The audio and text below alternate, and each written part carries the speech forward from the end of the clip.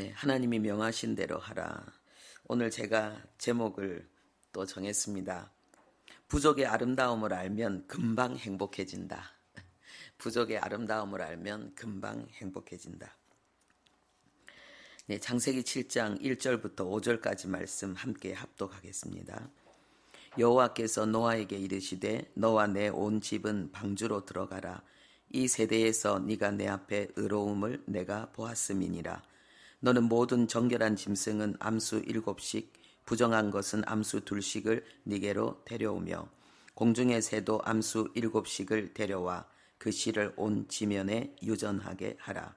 지금부터 7일이면 내가 40주야를 땅에 비를 내려 내가 지은 모든 생물을 지면에서 쓸어버리리라. 노아가 여호와께서 자기에게 명하신 대로 다 준행하였더라. 아멘. 노아는 하나님께서 명하신 대로 다 전부 다 준행했다라고 말씀하고 있습니다. 우리에게도 하나님께서 이 삶을 넉넉히 주시기를 원하십니다. 그리고 우리도 이 삶을 살 수 있습니다. 흔들리지 않고 그냥 무조건 준행만 하는 것, 그것은 예수님에게만 가능했죠. 그런데 좀 흔들리고 갈등하고 번민해도 결국은 순종하는 것, 이것이 하나님께서 우리에게 요구하시는 다 순종하는 삶인 줄로 믿습니다. 네, 오늘 이 제목에 있어서 이 대지가 두 가지입니다. 교회 안에 부족한 사람들이 있는 것은 당연하다. 그리고 두 번째, 삶의 모든 영역에서 순종해야 한다. 참 여기 이 그 내용을 쓰신 분이 참 훌륭하게 이 내용을 쓰신 것 같아요. 이 정결한 짐승과 부정한 짐승이 모세의 율법에서만 나오는 것이 아니라 벌써 이 방주에 대한 내용 속에 나오고 있다는 게 참 놀랍죠. 그런데 이 부분을 지금 이 설명을 하신 분이 부정한 짐승은 하나님께 제사도 드릴 수 없고 먹어서도 안 되는데 왜 방주에 태우라고 하셨을까? 라는 질문으로 주목하게 합니다. 그러면서 너무나도 멋진 표현을 그 밑에 했습니다. 부정한 짐승도 하나님이 본래 선하게 창조하신 동물이었다.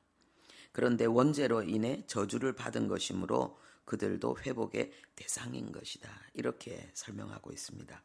너무 멋지지요. 그래서 구원의 방주 역할을 하는 교회 역시 그 안에 부족한 사람들이 넘쳐납니다. 하지만 그들도 은혜의 대상입니다. 아멘, 할렐루야. 네. 방주 안에 정결한 짐승뿐만 아니라 부정한 짐승도 있었던 것처럼 교회 안에도 그렇게 부정한 짐승과 같은 그런 어떤 그렇게 비유된 듯한 그런 사람들이 있을 수 있다는 거죠. 여러분들 이거를 어떻게 생각하십니까? 교회 안에 부정한 짐승과 같은 그런 의미의 사람들이 어떤 사람들이라고 생각하십니까? 저는 좀 더 많은 영역에서 좀 더 강하게 묶이고 병든 상태를 나타내는 사람, 그게 훤히 보이는 사람. 그런데 성경은 항상 우리에게요, 표면적인 것과 내면적인 것을 항상 우리에게 이야기합니다. 그래서 표면적인 유대인이 유대인이 아니요 내면적인 이면적인 유대인이 유대인이다, 이렇게 말하기도 합니다. 그래서 우리가 표면적으로는 더 많이 아프고 더 많이 사단에게 묶여 있고, 그래서 예배도 들쑥날쑥하고 그 성격이라든지 그 품행에 있어서도 좀 더 훌륭하고 좀 더 경건하거나 고결한 모습이 보이지 않는 이런 사람들을 우리가 부정한 동물에 빗대어 생각할 수도 있습니다. 그런데 그 구약은 그림자고 신약이 실체잖아요. 그래서 신약은 훨씬 더 깊은 것을 훨씬 더 실제적인 영적인 실체를 우리에게 제시하고 있습니다. 그래서 로마서 5장에는 죄가 많은 곳에 은혜가 더 많다 그랬고요.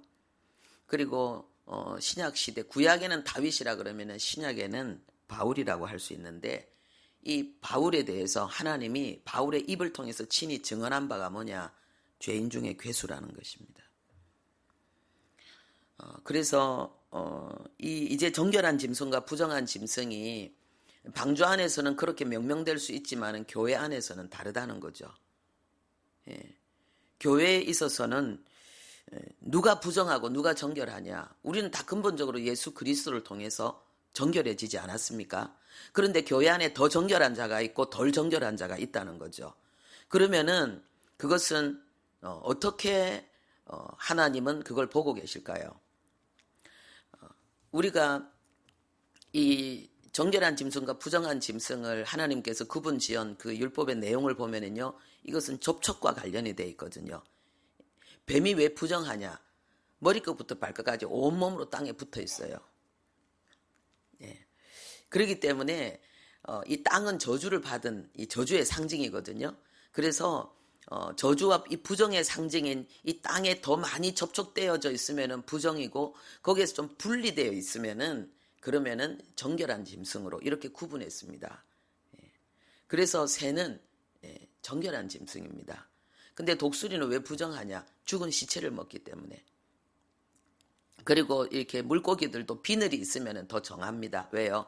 이 세상, 이 물도 지금 세상에 비유하거든요. 그럼 물이 바로 접촉이 되지 않고 비늘을 통해서 그 접촉을 막아주기 때문에 정결한 이게 물고기가 이렇게 정결해지는 거죠. 그리고 먹지 말라고 부정한 것은 비늘이 없어요. 그렇다면 우리가 지금 신약시대 교회 안에 더 정결한 자, 좀 덜 정결한 자는 어떻게 구분될 수 있는가? 예수에 더 많이 접착되어져 있는 사람. 할렐루야. 복음에 더 많이 적용되어진 삶을 사는 사람. 그 사람은 더 정결한 모습을 드러내는 거죠. 그런데 그런 사람들일수록 더 뭐라고 고백하느냐? 나는 더 죄인이다라고 고백하는 거예요. 그래서 여기에 신비가 있는 것입니다. 그러니까 이 복음 안에서 보면은요,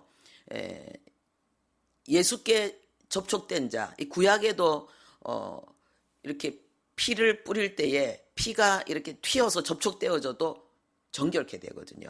그래서 예수의 피에 영향을 받은 그 영혼이 정결한 자예요. 그래서 교회 안에서 정말 예수 그리스도를 구주로 영접한 사람은 전부 거룩하게 된 하나님의 사람이죠. 그런데 교회 안에서 아직까지 그 고백이 안 나오는 사람들, 그 하나님의 때를 기다리면서 교회 안에 있는 사람들, 그분들은 아직은 부정의 그 어둠에 더 많이 지배를 받는 사람이라고 볼 수 있겠죠. 그러면은 보세요. 정말 구원의 감격을, 그래서 성령의 은혜를 충만히 누리는 사람은 아직 그것이 없는 상태에서 교회 다니는 사람을 위해서 존재하는 거예요.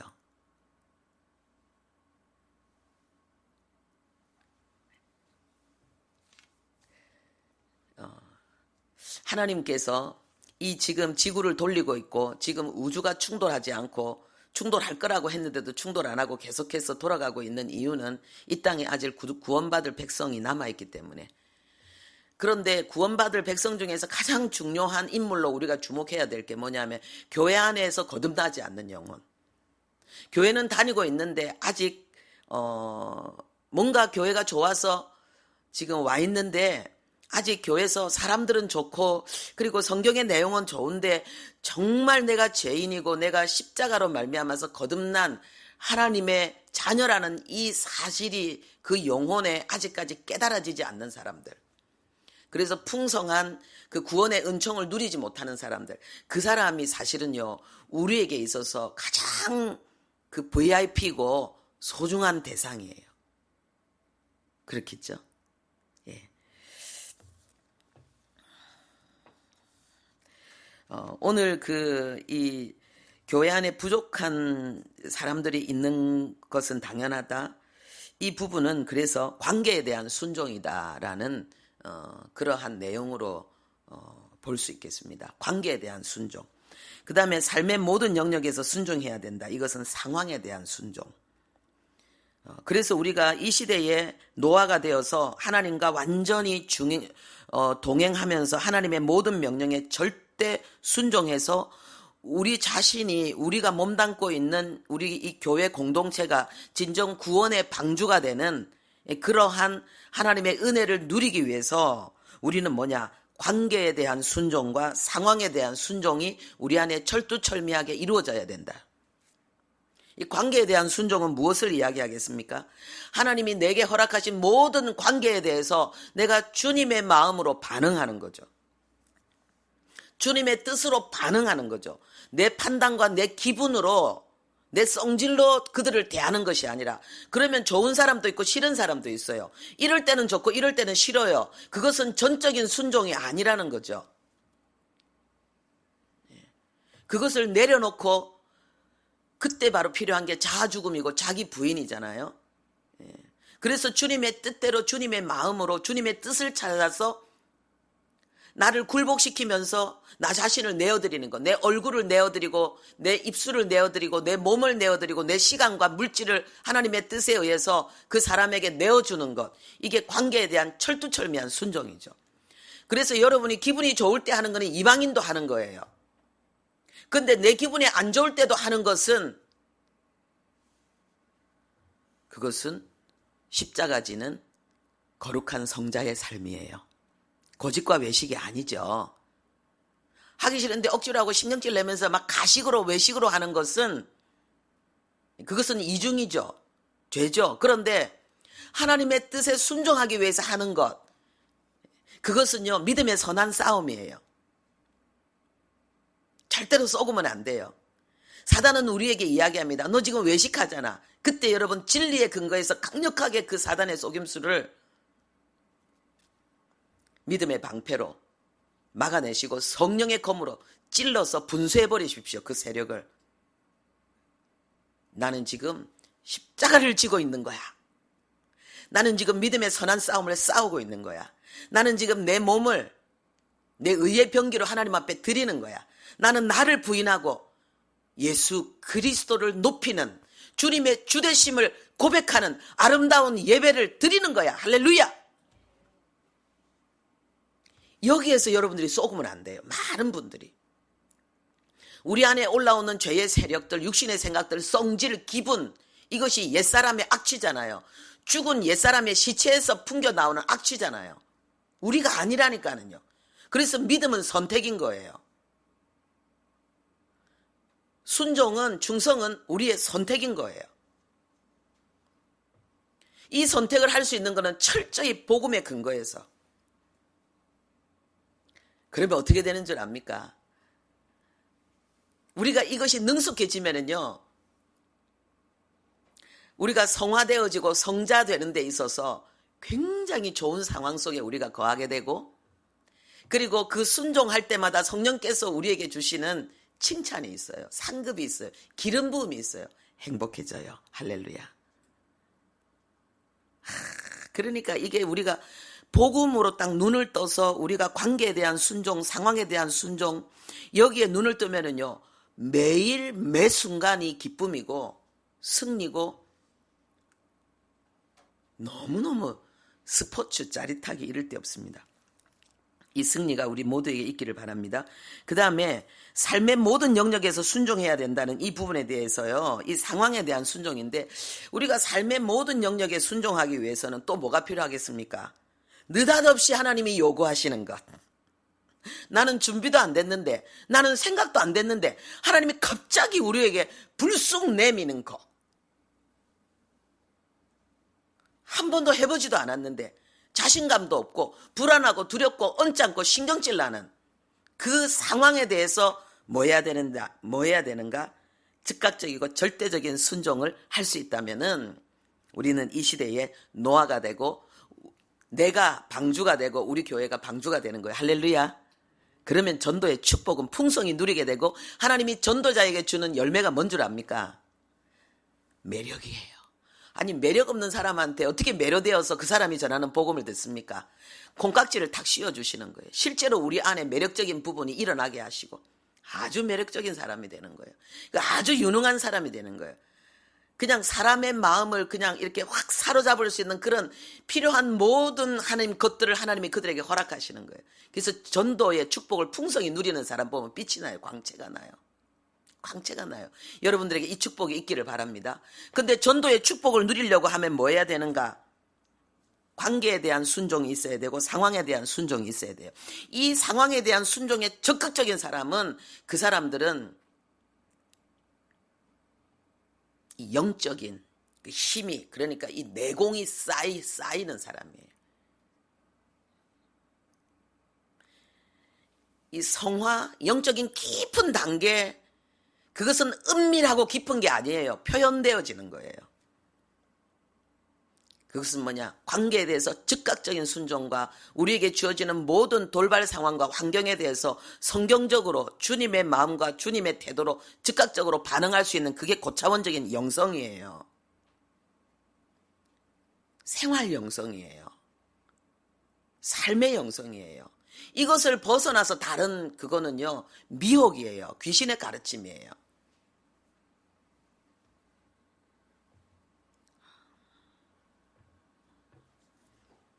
그래서 깊은 영성을 할수록 사람이 이상해지는 거 있어요.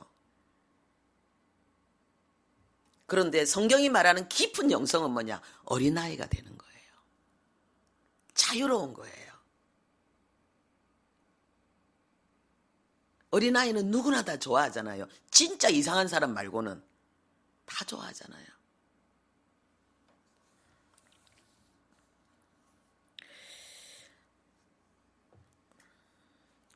느닷없이 주어진 일이라서 너무나도 당황스럽고 힘든데 근데 하나님은 준비하고 계셨고 그리고 하나님은 우리에게 결코 불가능한 것을 요구하지 않습니다.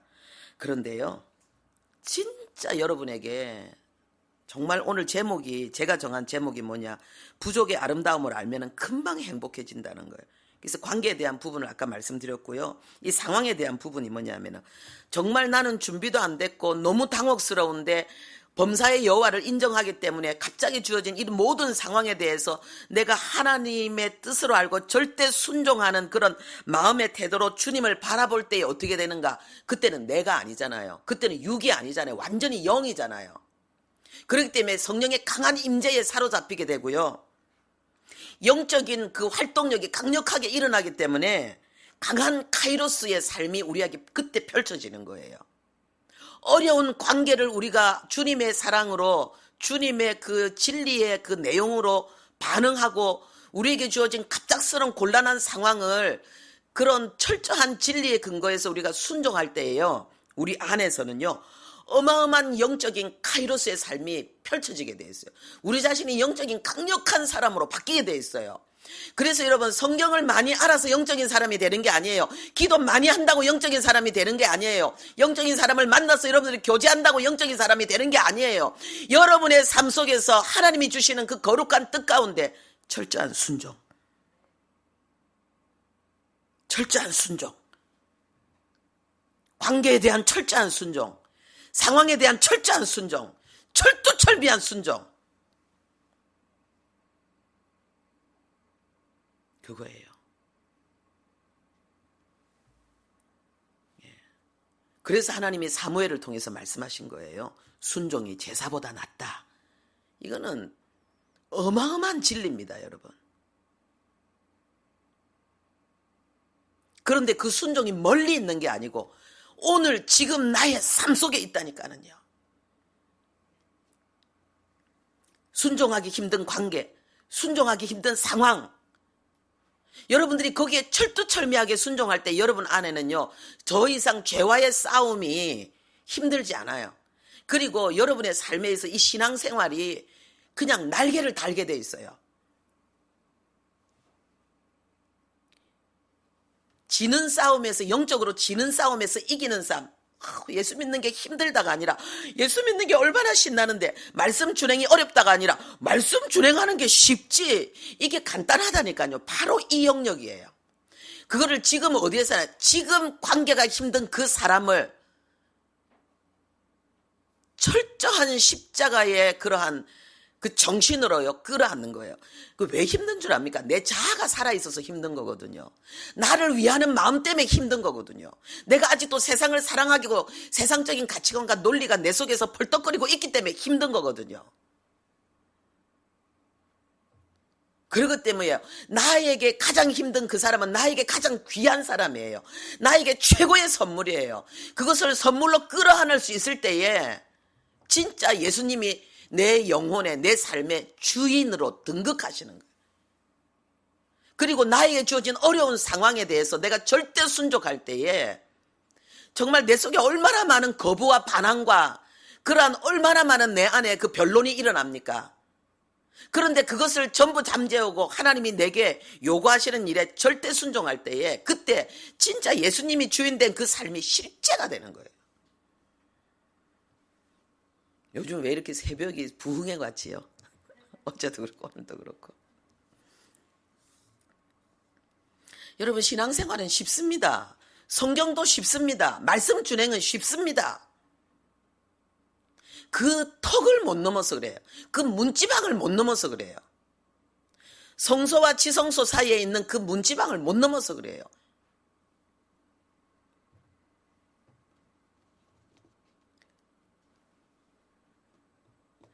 내 자의적인 해석을 하지 말고 성경을 있는 그대로 아멘 하면 돼요. 어렵고 복잡한 것을 팔려고 하지 말고 누구나 다 이해할 수 있는 그 내용을 아멘하고 그것을 살아내면 돼요.